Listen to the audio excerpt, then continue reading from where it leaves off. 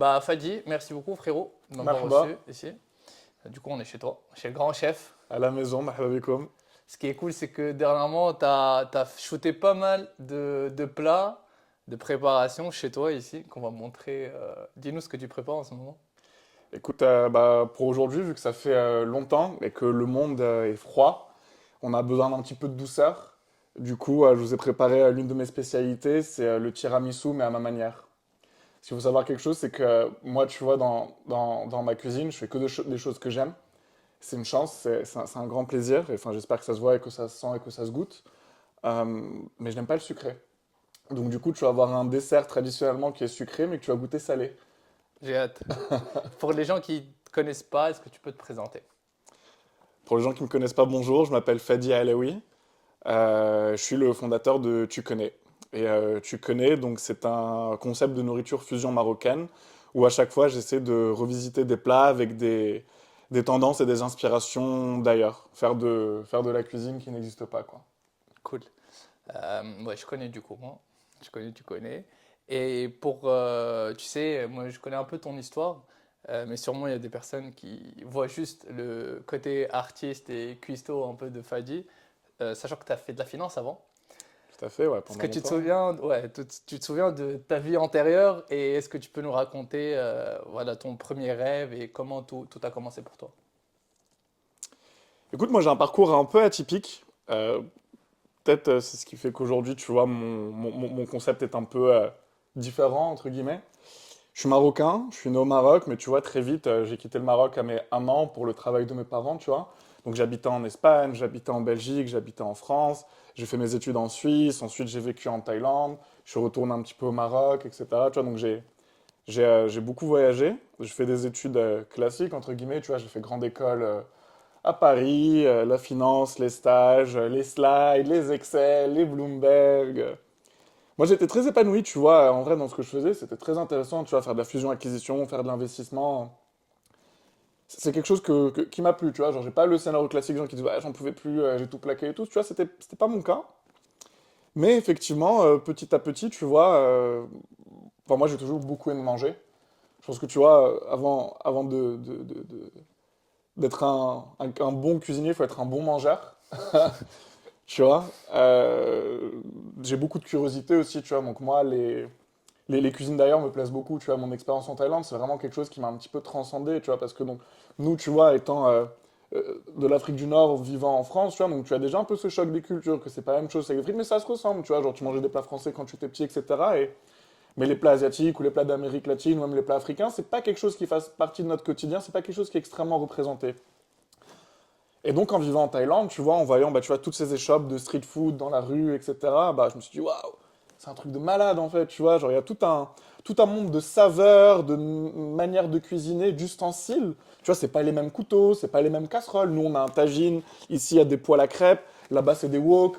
Enfin, tu vois, en fait, je pense que la cuisine, c'est un monde où, où ton imagination et l'infinité c'est de la chimie, en fait, tu vois, tu peux faire absolument tout et n'importe quoi.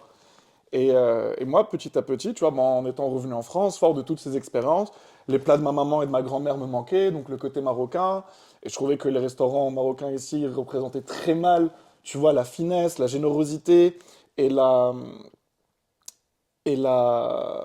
comment dire, ouais, la finesse, la générosité de nos plats. Ici, tu vois, c'est gras, c'est mal fait, les tagines sont huileux, ils sont pas préparés avec amour, bien fait, avec cet esthétisme qui, pour moi, représente la cuisine marocaine, tu vois. Et pareil, tu vois, pour la cuisine asiatique, bah, tu as beaucoup de chinois, les trucs, tu sais, les vitrines comme ça, etc. Mais il n'y avait pas toutes ces saveurs, le basilic thaï, les épices un peu particulières. Et donc, bah, dans mon petit studio étudiant de 15 mètres carrés à l'époque, je me suis mis à le faire. J'appelais ma maman, comment je fais ci, comment je fais ça, je regardais des recettes. Et par itération, petit à petit, c'est venu et j'ai lancé, tu connais quoi. Donc tu as commencé vraiment comme ça en mode curieux, étudiant, à la maison, tu cuisinais pour toi du coup? Tu te faisais manger ou tu faisais gâter aussi d'autres personnes à côté La cuisine, c'est quelque chose qui est fait pour être partagé, tu vois. Ok. C'est dans la culture, etc. Un bon plat ne sera que plus savoureux si tu le partages avec des personnes délicieuses, Hmm. tu vois. Et, euh, et ouais, donc petit à petit, c'est venu. Je faisais des soirées à la maison, je faisais goûter plein de choses. Et je pense peut-être l'un des premiers déclics, tu vois, c'est que donc moi, je suis un grand fan de kebab et de street food, par exemple, tu vois. Mhm. Ayant vécu en Belgique, tu vois, là-bas, la culture kebab, elle est beaucoup plus développée qu'ici, tu vois. Parce que déjà, les frites sont énormes, bonnes, cuites dans différentes matières, tu vois, dans de la graisse de bœuf, de porc, de canard, de choses comme ça. Elles sont énormes, etc. C'est pas les frites surgelées comme ça qu'on te donne toutes molles, tu vois. Genre, il y a vraiment un truc. Tout le travail des sauces, les sauces andalous, samouraï, etc., tu vois, ça vient de là-bas, ça n'a pas été inventé en France. Et donc j'aimais beaucoup ça, c'est quelque chose qui me manquait ici, tu vois. Et, euh, et des copains m'ont offert une machine à kebab. Tu vois, une petite pour chez toi comme ça, tu vois. Et j'ai commencé à faire mes propres broches de kebab maison. Et je faisais des soirées à la maison en mode, vas-y, je fais tourner la broche, je faisais genre mes sauces maison, parce que j'adore le har aussi, donc manger épicé. Ouais. Donc tu vois, j'ai genre 4, 5, 6 types de sauces piquantes, je les montrerai après. Vous allez goûter d'ailleurs les Tunisiens en mode, ouais, moi je mange de la harissa et tout, tu vas voir, tu vas manger le har fadi. Et donc voilà, donc j'ai commencé à faire des sandwichs comme ça, etc. On appelait ça le kiff, parce que c'était vraiment un kiff, tu vois. Donc tu vois, c'est un mélange de cuisses de poulet et de blanc de poulet que je faisais mariner pendant 24 heures, que j'installais sur la broche, tu vois, qui tourne et qui cuit petit à petit, que tu arroses avec son jus. Donc, tu vois, donc cette belle broche, etc., ces sauces, le pain, je le fais maison, j'ai appris à le faire maison, moi, petit à petit. Plutôt que faire le salade tomate-oignon, tu vas choisir de la tzoutchouka revisiter, des choses comme ça. Et donc, les gens qui croquaient ça, ils disaient, mais en fait, c'est un kiff, c'est un kiff, c'est un kiff, c'est un kiff, j'appelais ça le kiff. Je me disais, mais pourquoi tu le vends pas? Et donc, j'ai commencé, tu vois, j'ai lancé un Instagram rapide, tu vois, avec genre 50 followers dessus, comme mes potes proches. Ce dimanche, je livre des kiffs. Et je prenais ma petite trottinette et mon petit sac et je faisais le tour de Paris pour aller vendre des sandwichs, tu C'est vois. énorme. Petit à petit, tu vois, j'ai commencé à faire des événements dans des restaurants et petit à petit, ça a pris. Et je crois que le déclic, tu vois, c'est quand je suis passé sur Objectif Top Chef, où là, tu vois, quand même, bah, j'ai été confronté à des gars qui font vraiment ça de leur vie, tu vois, qui ont fait des écoles hôtelières, qui bossent dans des restaurants étoilés, des choses comme ça. Je me dis, bah, en fait, tu vois, je me sens pas étranger à ça. Why not try it, tu vois? T'as essayé Top Chef? J'ai fait Objectif Top Chef, ouais, saison 8. Ça veut dire quoi, objectif Top Chef? Donc en fait, Top Chef, tu vois, c'est que pour les gens euh, qui ont déjà de l'expérience genre longue en restaurant étoilé ou qui sont propriétaires de restaurants, tu vois. Genre en mode, tu vois, des gens qui sont chefs, genre chefs, tu vois. Objectif Top Chef, c'est pour des apprentis et des gens comme moi qui n'ont pas d'expérience là-dedans, tu vois. Ok. Et du coup, t'es arrivé. Du coup, écoute, j'ai fait quelques épisodes. C'était c'est une expérience chouette. Ok. T'as appris des trucs? Parce que quand tu me dis ça, on dirait que t'as juste donné, mais t'as rien reçu. Mais j'aimerais bien creuser un peu. Qu'est-ce que j'ai... Bah...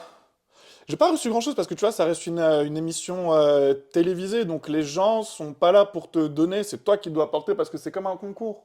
Hmm.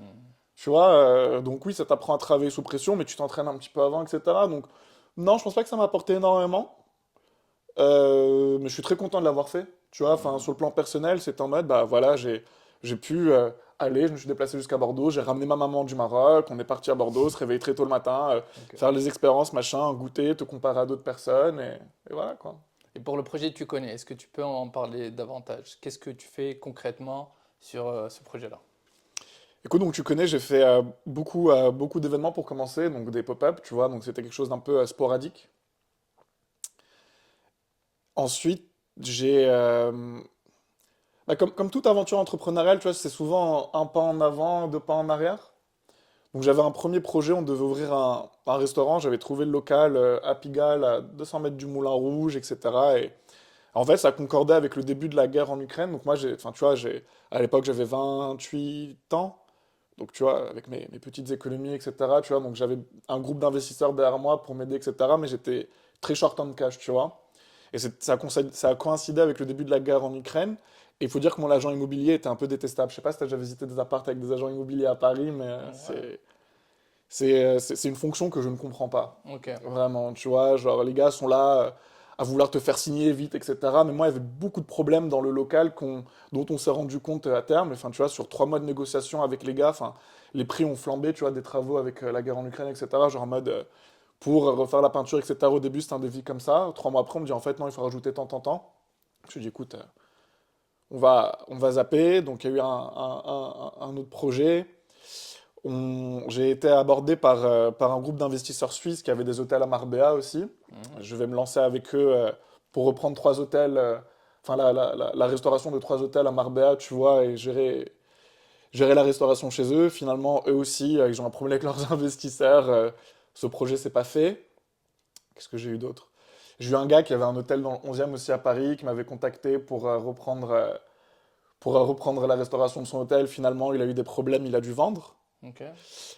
Enfin, plein de petites choses comme Ouais. ça, mais qui font que, tu vois, pas tu perds du temps, parce que c'est Ouais. cool. Moi, tu vois, ça me forçait à développer ma créativité, à écrire des cartes, à réfléchir, qu'est-ce que je vais faire pour être attractif dans cet endroit, qu'est-ce qui va plaire, qu'est-ce qui fait que les gens vont venir pour goûter ma nourriture, tu Mm. vois.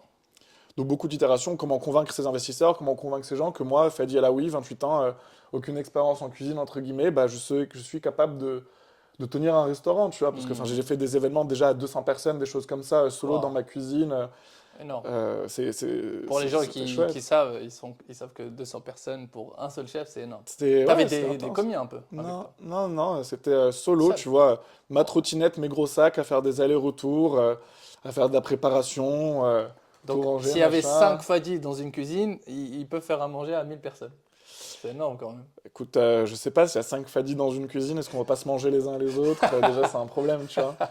Euh, mais Ouais. à voir, quoi. À Ouais. voir. Ok. En tout cas, enfin, tu vois, c'était une bonne expérience pour se dire que, tu vois, avec passion, détermination, itération, tu peux arriver à bout de tout, quoi.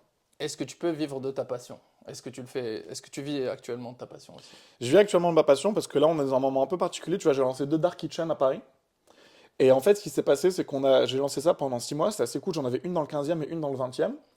Et donc, très chouette. Donc là, on proposait que de la carte street food. Parce que moi, ce qui me plaît, c'est que je fais tout aussi bien du street food un peu fusion que des plats un peu plus gastro, un peu plus, tu vois, enfin, j'ai pas envie de dire où je me pose beaucoup de questions, tu vois, sur la présentation, sur le travail des textures et des saveurs, etc. Quelque chose qui est un peu plus raffiné, on va dire. Mm. Même si moi, j'insiste beaucoup sur le fait que street food n'est pas fast food. Ok. Tu vois, donc moi, la street, c'est un clivage que les gens font souvent. Ouais. La street food, c'est juste de la nourriture de rue. Tu vois, que tu trouves sur des échoppes, tu vois, ça des tagines, des choses comme ça, des sandwichs, mais c'est pas forcément gras un sandwich, tu vois. Mm. Moi, par exemple, le kiff, bah, le poulet, il est cuit sans huile, à la broche, il est bien mariné. Le pain, certes, il y a du gluten, mais il faut pas le gluten, c'est quelque chose de normal. Il faut que tu manges un peu de carbs, etc. La sauce, tu vois, elle n'est pas faite à base de mayonnaise. C'est un concentré de poivrons mixés, aérés, etc. Les légumes sont snackés, etc. Donc, il n'y a pas de gras, tu vois. C'est pas Ok. huileux, le burger avec le jus dégueulasse qui te coule sur le Mm. coude, tu vois. Ok, ok. Et malheureusement, tu vois, bah, l'un de mes propriétaires a dû vendre, tu vois, il était libanais, avec ce qui se passe au Liban, etc. Il avait un besoin de trésorerie, il a dû vendre, il m'a dit, écoute, moi, il faut que je vende. Si tu veux, rachète le local et continue tes trucs, tu vois. Et moi, j'étais en mode, frérot, j'ai pas d'argent pour acheter un local, en fait, tu vois. Genre, c'est pas du tout le thème. Ouais. Donc, ça m'a un peu coupé l'herbe sous le pied. Et donc, depuis fin septembre, on a Ouais. arrêté ça. T'avais deux Dark Kitchen. Est-ce que c'est les Ouais. deux que t'as fermé ou un seul? J'ai dû fermer les deux parce que la deuxième était interdépendante à la première, si tu veux. Parce que Ok. toute la préparation se faisait dans la première aussi. Parce qu'un Dark Kitchen, le modèle, c'est que tu loues l'espace d'un local qui est déjà prêt, une cuisine prête, c'est ça? Donc moi, ouais, c'était une sous-location C'est un peu d'une ça. cuisine existante, tu vois, et qui du coup ne permettait que faire de la livraison. Tu vois, tu pouvais que commander sur les plateformes ou venir prendre à emporter, tu vois. Ce qui est quelque chose de très bien pour commencer, tu vois, parce que ça m'a permis bah, de voilà, tester un truc, voir comment c'était. Et là, pour le coup, j'avais des employés et tout, tu vois, donc c'était chouette. Quel est ton plan là pour les prochaines années? Écoute, de belles choses. Là, je travaille sur les prochains projets, de belles ouvertures, et à voir, quoi. Ok, tu peux pas en dire plus pour l'instant. Pas beaucoup. En attendant, tu vois, je continue à faire Ouais. de l'événementiel, à développer des projets de consulting pour des restaurants. J'ai mes premiers clients à l'international, là. Euh, je fais beaucoup de chefs à domicile. Et je viens de lancer un nouveau concept aussi qui s'appelle l'éphémère parisien. Où là, donc, c'est plus sur la partie gastro. Je fais ça avec une amie d'enfance qui s'appelle Yasmine. Donc déjà c'est très cool parce qu'on est à deux maintenant, tu vois. Donc moi sur la partie food et elle qui gère un peu plus la partie marketing, communication et partenariat. Et tu étais venu donc à la première édition, tu vois. Donc on était dans un très bel hôtel 5 étoiles à Paris. Euh, En fait l'éphémère parisien c'est quoi? C'est un bel endroit, de la nourriture fusion gastro tu connais, une activité artistique. Donc nous on a ramené une chanteuse qui s'appelle Anissa, qui fait de magnifiques interprétations, des remixes et des covers, parfois arabes, parfois andalouses, parfois françaises Ouais. et ramener des gens pour pouvoir échanger autour de ça dans un cadre convivial. En plus, on a eu beaucoup de chance, c'est qu'on a eu un partenariat avec une marque de champagne fantastique qui s'appelle les Champagnes Castelnau, qui nous ont fait goûter. Donc, enfin, tu vois, on était dans un hôtel 5 étoiles avec une coupe de champagne à la main, goûter des plats fusion de mes créations, avec une magnifique chanteuse derrière, et, que des gens beaux. C'était un kiff en vrai. C'était sympa, ça t'a plu? Comme l'idée, la première idée de Avec, ton business, c'était un kiff. Ajuttini. Ouais, non, moi j'ai beaucoup aimé. En plus, j'ai retrouvé des amis que je n'avais pas vus longtemps, sachant qu'on ne s'est pas organisé pour se voir. Donc c'est vraiment, c'était qualitatif en termes de personnes. J'ai beaucoup aimé la nourriture parce que c'était ma première fois où je goûtais le chef Fadi. Très très bonne surprise. Et j'espère que voilà, on va goûter là après le podcast Avec plaisir. ouais, ta cuisine. Tu sais, tu as parlé du monde entrepreneurial, des galères, des choses compliquées. Tu gardes le sourire et c'est très bien. Les périodes où tu perds un peu le moral, où ce n'est plus aussi lumineux et c'est aussi brillant que ça, comment tu arrives à garder foi en ce que tu fais, sachant que c'est un métier où voilà, la sécurité, on ne va pas se mentir, à part si tu travailles dans un restaurant en mode salarié, tu n'as pas trop de sécurité. Et par rapport à ce que tu me dis, tu essaies d'être vraiment inventif et de trouver des moyens de continuer à vivre de cette passion et de la croître et peut-être réaliser ton rêve que je ne connais pas, mais sûrement toi tu le connais. Comment tu gardes cette foi et d'où ça vient en fait? Écoute, ce qui fait qu'on est tous humains, c'est qu'on doit tous dormir, on doit tous manger, et c'est tout. Tu vois? On mange, on dort, c'est ce qui fait qu'il n'y a pas une seule personne sur Terre qui mange pas et qui dort pas. Tu vois? Enfin, malheureusement, enfin, tu vois, outre la misère dans le monde, etc., tout le monde mange pas à sa faim, c'est quelque chose de terrible. Donc la nourriture, par définition, c'est quelque chose qui nous rassemble. Tu l'as dit, tu vois, quand tu es venu à mon événement, tu as rencontré des gens que tu connaissais déjà autour de la nourriture. Donc la nourriture, c'est quelque chose qui unit.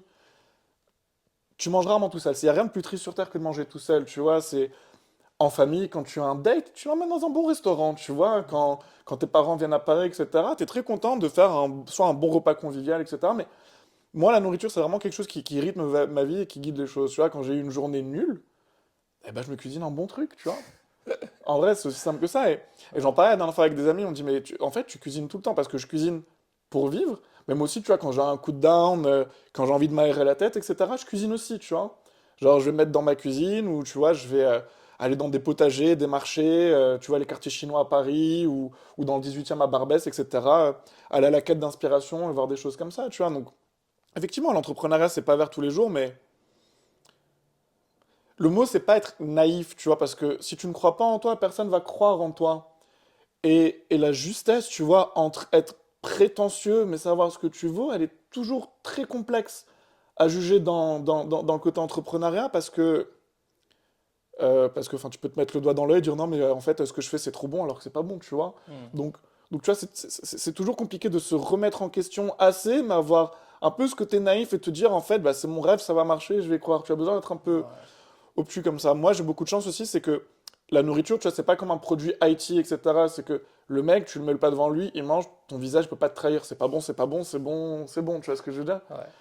Donc moi, j'ai beaucoup de chance, c'est que j'ai beaucoup de... Enfin, mon plus beau retour sur investissement, c'est les gens qui me disent c'est trop bon, ça m'a rappelé les saveurs du Maroc, c'est des saveurs, ou c'est des saveurs que je connais pas, et tu as revisité un plat de mon enfance d'une manière auquel je m'attendais pas, etc., etc. Et j'ai de la chance, tu vois, enfin, c'est que des bons retours comme ça, et ça te fait tenir, quoi. Est-ce que tu as des inspirations pour je veux dire, est-ce que tu connais ou tu aimerais collaborer avec des chefs? Est-ce que tu as des inspirations que tu regardes, des chefs connus, connus ou pas, hein, mais ouais, dans ta tête, Ouais, c'est qui ces gars-là? Ouais. moi, un chef qui m'inspire beaucoup, c'est Gagan. Je sais pas si tu sais, donc il a eu pendant très longtemps le meilleur restaurant du monde. Donc c'est un chef indien installé à Bangkok. Et on est un peu sur le même créneau, entre guillemets, tu vois. Donc lui, il fait de la street food indienne de luxe, entre guillemets. Donc il prend des plats street food indiens, parce que là-bas, tu vois, la street, enfin tout le monde mange dans la rue, entre guillemets, tu vois, c'est quelque chose de très commun.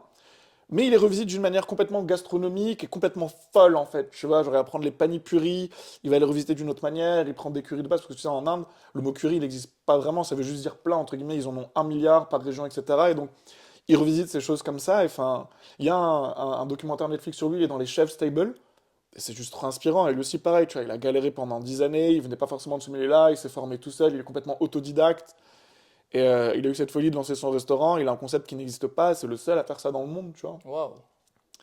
Et c'est pour ça que ça m'inspire beaucoup. Tu vois, je trouve qu'à Paris, par exemple, moi, la food scene à Paris me déçoit beaucoup. De plus en plus, quand tu sors à Paris maintenant, bah, t'es un peu déçu de ce que tu as dans ton assiette. Et t'as un peu ce concept maintenant, tu sais, des restaurants festifs. Donc c'est très Instagrammable, les gens sont très beaux, les femmes sont très belles, les gens sont beaux gosses, les assiettes sont très belles, mais tu manges mal. Tu oublies que tu manges mal, tellement t'es occupé, t'es préoccupé par Ouais, l'ambiance. t'as les paillettes, t'es là, tu danses, tu regardes, machin, t'as les flashs de tout le monde en train de prendre en photo leur assiette, etc. Mais c'est pas bon. Et en fait, on corrobore un peu à, à cette chose-là, oublie un peu le goût du restaurant de base, tu vois, devient, toi et moi, on va se poser, on va catch up, on va découvrir des nouvelles saveurs, des nouvelles choses. En fait, à Paris, maintenant, j'ai l'impression qu'on va au restaurant pour aller au restaurant, pas pour manger. Tu vois, c'est deux Hmm. choses différentes, en fait. Pour moi, tu vas au restaurant pour manger. Pour le chef, pour la carte, pour la qualité du service, etc. Pas pour l'ambiance, ça se perd un peu, tu vois. Je dis Ouais. pas que c'est bien ou que c'est pas bien, tu vois, mais enfin, c'est juste pas ce à quoi moi j'aspire quand je vais au restaurant, par exemple. Est-ce que tu penses que Paris, c'est le bon endroit pour toi en tant que chef? Écoute, moi j'ai habité dans une dizaine de pays dans ma vie, comme je t'ai dit, donc je suis. Paris, c'est une ville dans laquelle je suis à l'aise. On est bien, c'est une ville dans laquelle tu vois, tu peux sortir tous les jours, tu ne feras jamais deux fois le même endroit. J'ai beaucoup d'amis qui sont là, je suis installé depuis un moment, mais pour la bonne, enfin, je me ferme pas de porte. Hmm. Tu vois, je suis conscient que le monde est trop grand, et ce qui m'a fait quitter le Maroc aussi, tu vois, c'est que le monde est trop grand pour te dire, bah, la maison dans laquelle je suis né, c'est la plus belle du monde, tu vois. Je suis d'accord. Il faut être curieux, il faut aller voir ailleurs. J'ai envie, enfin, pas en mode j'ai envie de quitter Paris, j'en ai marre, mais je serais très heureux d'avoir l'occasion d'essayer de voir un peu ce que les gens qui goûtent tu connais ailleurs en pensent, tu vois. Tu sais ce que, maintenant que je t'ai parlé un peu, j'ai cerné une qualité en toi, et pour moi, c'est une des plus belles qualités chez une personne, c'est le fait de voir le verre à moitié plein. Et ce qui est beau dans ton histoire et dans tout ce que tu racontes, c'est que à chaque fois, même si tu as une meilleure opportunité ou tu changes de carrière ou tu veux faire autre chose, quand tu regardes en arrière par rapport à ce que tu as fait, par rapport à ta situation, tu n'es jamais en mode déçu. T'es en mode j'ai vécu, j'ai essayé, j'ai aimé. Maintenant, why not? Je suis sur autre chose. Pour moi, c'est super important de garder cette gratitude parce que c'est elle qui te permet de survivre et de vivre et de kiffer. Et j'ai lu quelque part, je lis beaucoup, donc j'oublie les livres que je lis. T'as lu Euh, mon livre? non, mais on va en parler. On va en parler. Tu lis beaucoup, Euh, t'as pas lu mon livre? non, parce que personne ne me l'a proposé. Je te connaissais pas à ce moment-là, je pense. Chôme. Je suis au moins. Donc, il y a une ligne où il dit si tu veux te respecter, parce que tu sais, on jauge beaucoup notre estime de soi à la réussite. Et parfois, pas parfois, tout le temps, on réussit pas. Enfin, Ouais. tu réussis 2% du temps, mais quand tu réussis, tu réussis. Et les 98%, tu ne dois pas jauger qui tu es par rapport à ce résultat. Et c'est pour ça que les gens ne prennent pas conscience, mais il ne faut pas juger les gens qui sont en dessous de toi. Parce que si jamais tu te dis, ah, lui, il est naze, il n'a pas réussi, blablabla, bla, bla, bla, ça veut dire que toi, quand tu es dans cette situation-là, tu vas te juger de la même manière. Hmm. Et donc, ce mindset de te dire, ok, je ne suis pas arrivé, mais c'est pas grave, j'aime ce que je fais, j'essaie de. Tu vois, tu gardes l'aspect positif. Et ça, c'est une note que voilà, je voulais partager parce que du coup, je l'ai décelé en toi. Bah, je suis aligné avec toi en fait, tu vois, on est en bien, en pas bien, tu vois, on te dit il faut faire tes études, il faut réussir, il faut gagner beaucoup d'argent, il faut acheter une maison, il faut acheter une voiture, il faut avoir un crédit, ta ta ta ta ta ta ta ta. Et c'est quoi la réussite en fait, tu vois? Moi, je suis très heureux quand je réussis un plat. Je suis très heureux quand je réussis à donner un sourire. Après, il faut manger aussi, tu vois, faut réussir à en vivre. Mais la réussite ne se mesure pas dans le regard des autres, en tout cas. Pour revenir à ce que tu dis, tu vois, genre que des gens disent Fadi, il gère ou Fadi, il gère pas, moi je m'en fous en fait. Enfin, je serais heureux quand j'accomplis ce que moi j'ai envie d'accomplir, etc. Tu vois, et je pense que moi j'ai eu 30 ans il n'y a pas longtemps, et c'est vraiment quelque chose que tu réalises. En fait, il y a beaucoup de gens que tu vires de ta vie, il y a des nouvelles personnes qui rentrent. Et tes nouveaux amis, c'est pas forcément les gens auxquels tu pensais, des choses comme ça. Et les amis que tu n'as plus, c'est des gens auxquels tu aurais jamais pensé qu'ils ne faisaient pas partie de ta vie. Tu vois, mais à 30 ans, t'as un gros swap qui se fait et c'est pour le mieux. Tu vois, si quelqu'un n'est plus dans ta vie, c'est pour le mieux, c'est tout. Mhm.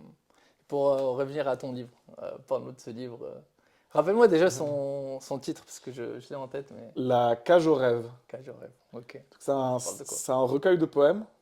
Et parce que je suis un grand romantique. Célibataire ou pas? C'est Célibataire. romantique. Ah, ok, C'est romantique, oui. parce que. Ouais. euh, et donc, qu'est-ce qu'on disait? Oui, donc ouais, c'est un recueil de poèmes que j'ai écrit. Tu vois, j'ai toujours écrit beaucoup de poèmes, etc. Et est venu le moment de les compiler, de me dire bah, pourquoi est-ce que je présenterais pas ça à des éditeurs. J'ai fait le tour de la place parisienne. Il y en a certains qui sont revenus vers moi, beaucoup de refus aussi, bien sûr. Et finalement, bah, je me suis bien entendu avec un éditeur et on l'a lancé. Et donc, il est sorti fin septembre. Ça coïncidait avec quand la Dark Waouh! Kitchen a fermé, ouais. Magnifique, ok, ok. Donc je le trouve où? Sur Tu le Amazon? trouves Amazon, Fnac, dans Ok, certaines librairies. c'est top. Ok, ok. Génial. Ça parle pas de nourriture, hein. Rien à voir. Non, non, Ok. de temps en temps, je ne mange pas et je ne cuisine pas. De temps en temps. Et c'est quoi un recueil de poèmes? Ça veut dire que tu références plusieurs poèmes et tu en mets dans le livre ou c'est toi aussi qui rédiges les poèmes? Ah non, tous les poèmes de ce recueil sont rédigés par moi. C'est exceptionnel. Ouais, sont tous rédigés par moi et ça parle de plein de choses. Pourquoi j'ai appelé ça la cage au rêve, tu vois, parce que un rêve, c'est quelque chose de très ésotérique qui est assez intangible, tu vois. Et tout à l'heure, tu me disais, c'est quoi ton rêve? Moi, mes rêves sont pluriels. J'en ai plein, tu vois. Je rêve à plein de choses, j'aspire à plein de choses. C'est pour ça que ma réponse, elle peut pas être moi, mon plus grand rêve, c'est être un, tu vois. Je peux pas, j'en ai plein. Et du coup, bah, ce recueil de poèmes, je parle de mes rêves, je parle de mes inspirations, je parle de l'amour, de déception, etc. Et Hmm. du coup, bah, je les ai encagés dans ces quelques pages, quoi. Quelle est ta meilleure réussite et quel est ton plus grand échec? Ma plus grande réussite, écoute, ces 2 dernières années, elles ont été pleines de réussites et plein d'échecs. Ok. Celles qui t'ont le plus marqué, on Tu va dire. vois, j'ai lancé Tu connais, j'ai fait plein d'événements très cool, j'ai eu des partenariats avec des gens très cool, j'ai rencontré des personnes exceptionnelles, j'ai développé plein de recettes, j'ai participé à Top Chef, j'ai écrit mon premier livre, j'ai lancé ma première cuisine, enfin la deuxième aussi, tu vois, deux Dark Kitchen en 6 mois. Waouh, tu vois, enfin tout ça c'est que des Ouais, succès. J'ai rendu ma famille fière, j'ai gagné de l'argent par mes rêves, tu vois, c'est cool. Genre je paye le loyer avec mes mains maintenant et tout, tu vois, c'est c'est quelque chose beau. de fantastique. Et mes échecs, tu vois, je sais pas, en fait, un échec, c'est toujours quelque chose que tu vois négatif. Mais par exemple, tu vois, bah oui, que mes cuisines ont dû fermer, c'est pas un échec, parce que ça me permettrait de faire mieux, tu vois. Genre, c'était pas mon rêve idéal, tu vois, de faire que de la livraison. Moi, je voudrais vraiment avoir un truc, tu vois, genre, quand tu iras dans mon restaurant de Chalin un jour, tu vois, je Ouais. voudrais que tu rentres, que ça soit genre un grand carré comme ça. Bar, je veux pas de serveur, je veux pas de table à deux, etc. Je veux que ça soit tout autour du comptoir, que la cuisine, que les flammes, que les odeurs, que je jette les assiettes, tu vois, et que ça soit tout autour comme ça. Et du coup, le problème avec la livraison, on pouvait pas avoir ce côté-là, ce contact avec les humains, etc. Tu vois. Et du coup, ouais, je me dis, bah écoute, ça a fermé, c'était très dur à vivre, c'était un gros coup dur, tu vois, genre t'en as les larmes, j'ai dit, mais comment je vais faire? Parce que bah, t'as de l'argent, t'as du matériel, t'as des trucs, j'ai dû me séparer de mes employés, les choses comme ça et tout. Ça me bat et reconsidérer les choses, comment je vais faire. Et en fait, bah, tu ne peux pas t'arrêter. Parce que si tu t'arrêtes, tu vois, et que les bras t'en tombent, bah là, tu peux sombrer dans une dépression terrible, en fait, tu vois, quand t'as Hmm. un échec, tu vois. Donc, la manière de le faire, c'est, écoute, tu t'accordes un breather, tu vois, genre, ok, je prends 48 heures, j'appelle ma mère et mon frère tous les jours, je suis triste, on m'a fermé, machin, là, là. Tu vides ton sac. Et Ouais, après ça, eh, frérot, tu vois, tu te lèves, tu mets tes chaussures, tu vas courir, tu vas à la salle, tu boxes, tu te bourres la gueule s'il faut te bourrer la gueule, tu vois tes potes, tu vent out. 48 heures, maintenant quoi? Et voilà. top. Un dernier mot pour un entrepreneur qui veut se lancer, hein, qui veut se lancer. Écoute, je sais pas si je suis de bons conseils, je sais pas si moi je fais les choses de la meilleure manière pour donner des conseils, tu vois, genre qui suis-je pour donner des conseils à qui que ce soit, mais faut avoir de la folie, en fait, non, il faut avoir de la passion.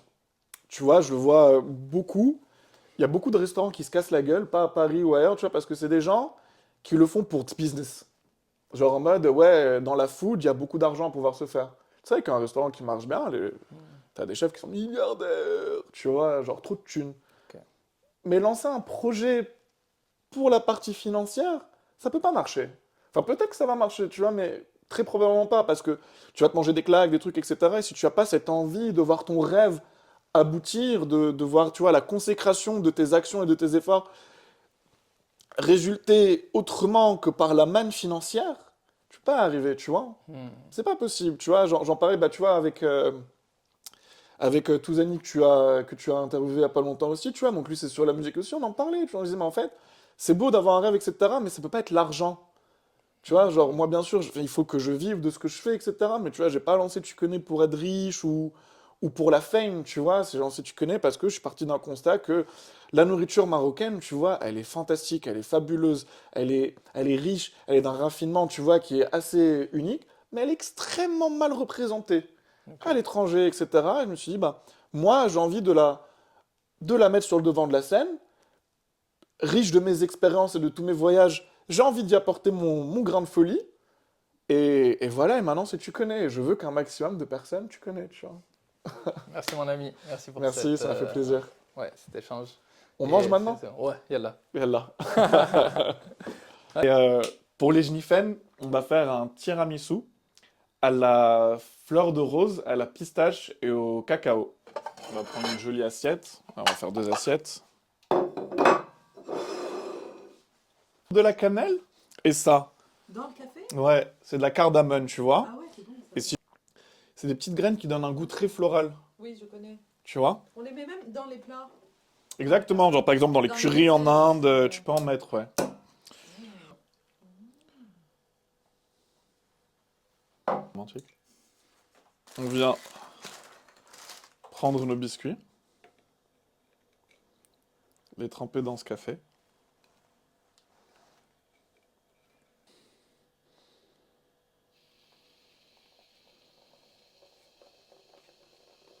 Poudrer avec notre cacao, de la pistache.